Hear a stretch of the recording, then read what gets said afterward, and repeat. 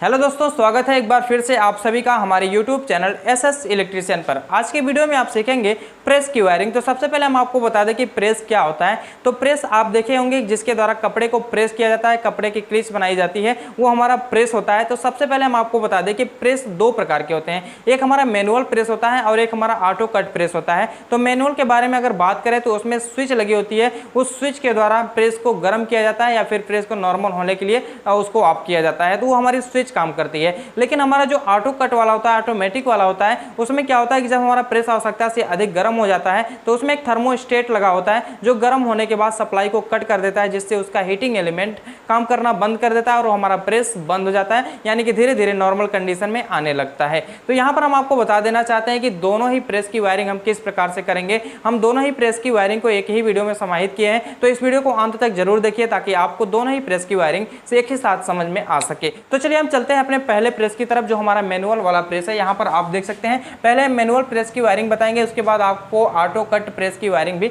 बताएंगे। तो सबसे पहले मैनुअल प्रेस की वायरिंग को समझ लेते हैं, इसमें क्या क्या चीजें लगी होती हैं, सबसे पहले इसके बारे में जान लेते हैं। यहाँ पर देखिए, जो हमारा प्रेस होता है उसके अंदर एक हीटिंग एलिमेंट लगा होता है जिसके द्वारा प्रेस हमारा पूरी तरह से गर्म हो पाता है। तो ये जो हमारा हीटिंग एलिमेंट है इसके अंदर लगा होता है और साथ ही साथ एक इंडिकेटर लगा होता है, ये भी प्रेस की बॉडी में ही लगा रहता है। और जो हमारा इंडिकेटर होता है ये इंडिकेट करता है कि हमारे प्रेस में लाइट पहुंच रही है कि नहीं, या फिर हमारा हीटिंग एलिमेंट काम कर रहा है कि नहीं। और यहाँ पर एक स्विच लगी होती है, स्विच के द्वारा हम हीटिंग एलिमेंट को काम करवाते हैं या फिर हीटिंग एलिमेंट को बंद कर देते हैं, यानी कि ऑन ऑफ करने का काम इस स्विच के द्वारा किया जाता है। तो इसकी वायरिंग किस प्रकार से करना है हम आपको स्टेप बाय स्टेप बताते हैं। तो यहाँ पर देखिए, जो हमारा मैनुअल प्रेस की वायरिंग होगी किस प्रकार से होगी। यहाँ पर देखिए, जो हमारी मेन लीड है, ये जो हमारी मेन लीड है ना, मेन लीड में तीन वायर होते हैं, एक हमारा न्यूट्रल वाला होता है, एक हमारा अर्थिंग वाला वायर होता है और एक हमारा फेस वाला वायर होता है। तो अर्थिंग वाले वायर को हम जानते हैं कि किसी भी प्रेस के यानी कि किसी भी उपकरण के बॉडी में दिया जाता है। यहाँ पर देख सकते हैं, अर्थिंग वाले वायर को हम ऐसे लेके जाएंगे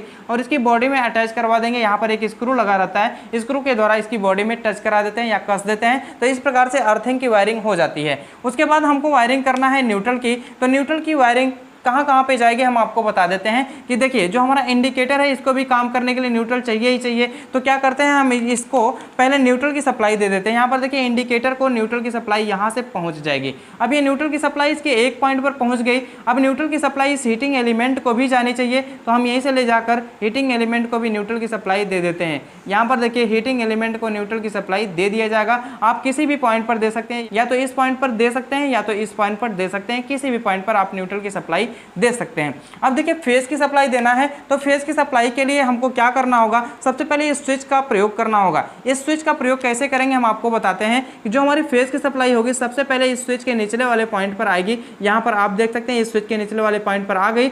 अब हमको हीटिंग एलिमेंट को काम करवाना है और इंडिकेटर को भी काम करवाना है। तो इंडिकेटर पे फेज की सप्लाई पहुंचनी चाहिए, साथ ही साथ हीटिंग एलिमेंट पर भी फेज की सप्लाई पहुंचनी चाहिए। तो इस स्विच का ऊपर वाला पॉइंट हम इंडिकेटर और हीटिंग एलिमेंट में जोड़ देंगे। तो इस प्रकार से हमारे मैनुअल प्रेस की वायरिंग कंप्लीट हो जाती है।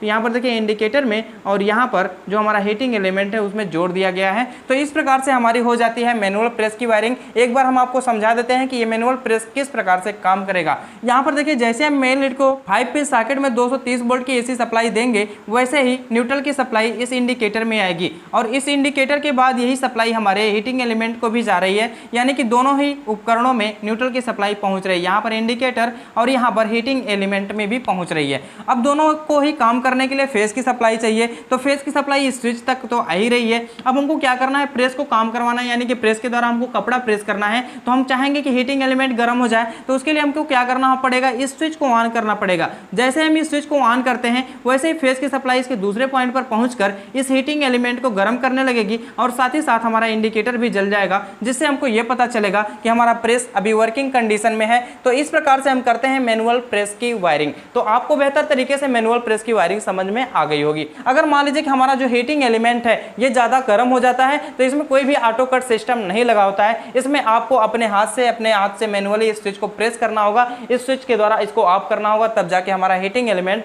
काम करना बंद करेगा। इस प्रकार से हम उम्मीद करते हैं कि आपको ये वायरिंग समझ में आई होगी। इसके बाद चलते हैं हम ऑटो कट प्रेस की वायरिंग देख लेते हैं, उसकी वायरिंग किस प्रकार से करते हैं। तो सबसे पहले ऑटो कट प्रेस की वायरिंग में समझ लेते हैं इसमें कौन कौन से एलिमेंट लगे होते हैं। यहाँ पर देखिए एक हमारा हीटिंग एलिमेंट लगा होता है जो यू आकार का होता है। ये किसी भी आकार का हो सकता है लेकिन हीटिंग एलिमेंट तो जरूर ही रहेगा, क्योंकि ये प्रेस है तो प्रेस में हीटिंग एलिमेंट रहना जरूरी है।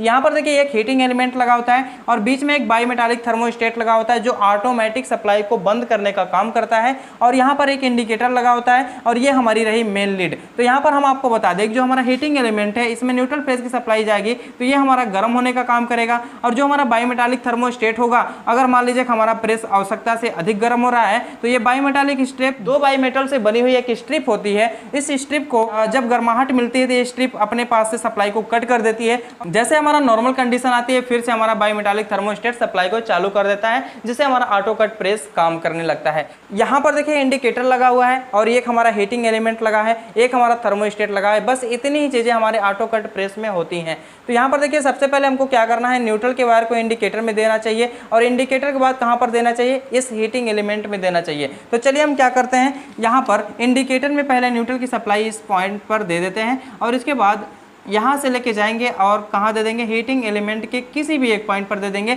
जिससे हमारे हीटिंग एलिमेंट में न्यूट्रल की सप्लाई पहुँच जाएगी। अब देखिए आपको क्या करना है, आपको बेसिक्स पे ध्यान देना है। बेसिक्स पे कैसे ध्यान देंगे, यहाँ पर देख सकते हैं आप, जो हमारा न्यूट्रल का तार है उसको तो हमने जोड़ दिया। अब हमारा जो अर्थिंग वाला तार है, अर्थिंग वाले तार को हम बॉडी में कहीं भी अटैच करा देंगे। तो यहाँ पर चलिए हम बॉडी में अटैच करवा देते हैं। उसके बाद फेस की वायरिंग करना है। फेस की वायरिंग यहाँ पर महत्वपूर्ण है, इसको ध्यान से देखिएगा तभी आपको वायरिंग समझ में आ पाएगी। यहाँ पर देखिए फेस के वायर को सबसे पहले लेके जाना है बाईमेटालिक थर्मोस्टेट में। कहाँ पे लेके जाना है, आप समझ गए होंगे, बाईमेटालिक थर्मोस्टेट में लेके जाना है, क्योंकि यहाँ पर मेन स्विच का काम वही बाईमेटालिक थर्मोस्टेट ही कर रहा है। तो एक तार को लेके जाना है बाईमेटालिक थर्मोस्टेट के इस पॉइंट पर, किसी भी पॉइंट पर आप दे सकते हैं। तो यहाँ पर देखिए बाईमेटालिक थर्मोस्टेट के एक पॉइंट पर हमने फेस की सप्लाई दे दी है।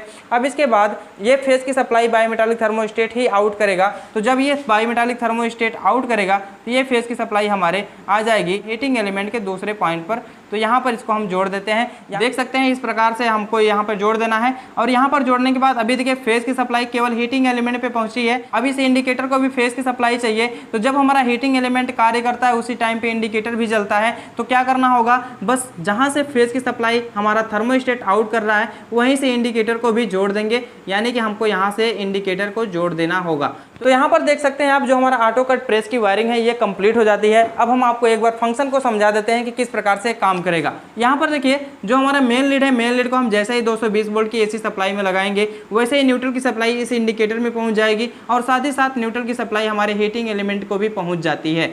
अब फेस की सप्लाई चाहिए तो फेस के तार को जैसे ही फेस की सप्लाई मिली उस प्रकार से यहाँ पर फेस की सप्लाई इस बाईमेटालिक थर्मोस्टेट में पहुंची। अब हमारा जो प्रेस है पहले से तो गर्म रहेगा नहीं, पहले ठंडा रहेगा। तो जो हमारा बाईमेटालिक थर्मोस्टेट है काम करना शुरू कर देगा, यानी कि एक पॉइंट से दूसरे पॉइंट पर सप्लाई भेजना शुरू कर देगा। जैसे ही दूसरे पॉइंट पर सप्लाई भेजा, ये फेस की सप्लाई आ गई इस हीटिंग एलिमेंट के दूसरे पॉइंट पर। पहले पॉइंट पर हमने न्यूट्रल दिया था, दूसरे पॉइंट पर फेस मिल गया। तो हमारा हीटिंग एलिमेंट कार्य करना शुरू कर देगा और जो हमारा हीटिंग एलिमेंट कार्य करना शुरू कर देगा उसी टाइम पे हमारा जो इंडिकेटर है वो भी जलना चाहिए, क्योंकि इंडिकेटर जलेगा तभी हमको पता चलेगा हमारा प्रेस जो है काम करना शुरू कर दिया है। तो यहीं से फेस की सप्लाई इस इंडिकेटर को भी दे दी जाएगी, तो ये हमारा इंडिकेटर भी कार्य करते रहेगा। अगर मान लीजिए हमारा बाईमेटालिक थर्मोस्टेट सप्लाई को कट करता है, ये सप्लाई को कब कट करेगा, जैसे हमारा आवश्यकता से अधिक अगर प्रेस गर्म हो जाता है तो उस कंडीशन में ये दो मेटल की स्ट्रिप बनी होती है जो सप्लाई को कट कर देती है, यानी कि इसी को बोलते हैं बाईमेटालिक थर्मोस्टेट। तो ये हमारा थर्मोस्टेट जैसे ही सप्लाई को कट करता है वैसे ही हमारा हीटिंग एलिमेंट भी काम करना बंद कर देगा और साथ ही साथ हमारा इंडिकेटर भी बुझ जाएगा, जिससे हमको ये समझ में आएगा कि जो हमारा प्रेस है वो ऑटो कट हो गया है। तो इस प्रकार से हम करते हैं दोनों ही प्रेसों की वायरिंग। जो हमारा मैनुअल प्रेस होता है उसकी भी वायरिंग हमने आपको समझाया और जो हमारा ऑटो कट प्रेस होता है उसकी भी वायरिंग हमने आपको समझाया। अगर दोनों ही वायरिंग से संबंधित किसी भी प्रकार का कोई सवाल या सुझाव हो कमेंट बॉक्स में कमेंट कीजिए। चैनल पर नया है तो चैनल को सब्सक्राइब करके बेल आइकन को प्रेस कीजिए ताकि आपको आने वाली सभी इंटरेस्टिंग वीडियो का नोटिफिकेशन मिलता रहे। तो मिलते हैं आप अगली वीडियो के साथ, तब तक के लिए धन्यवाद। जय हिंद।